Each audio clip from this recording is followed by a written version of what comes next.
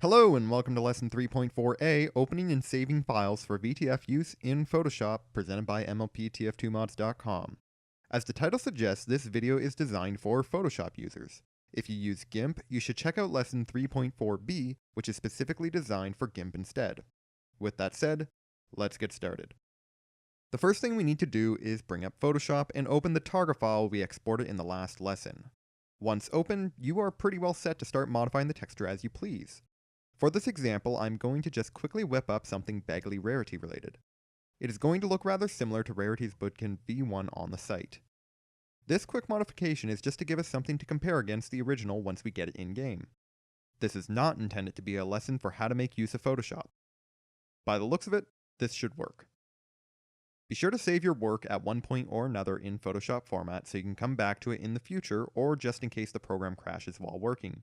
Take note that despite how basic the changes are that I made, I never modified the background layer and kept each element on separate layers.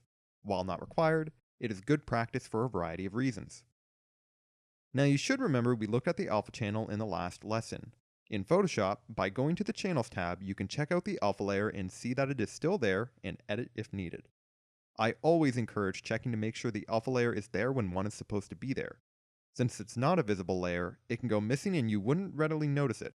So check for those alphas.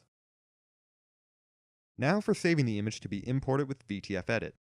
As you might have been able to guess, we will be saving it as a TGA.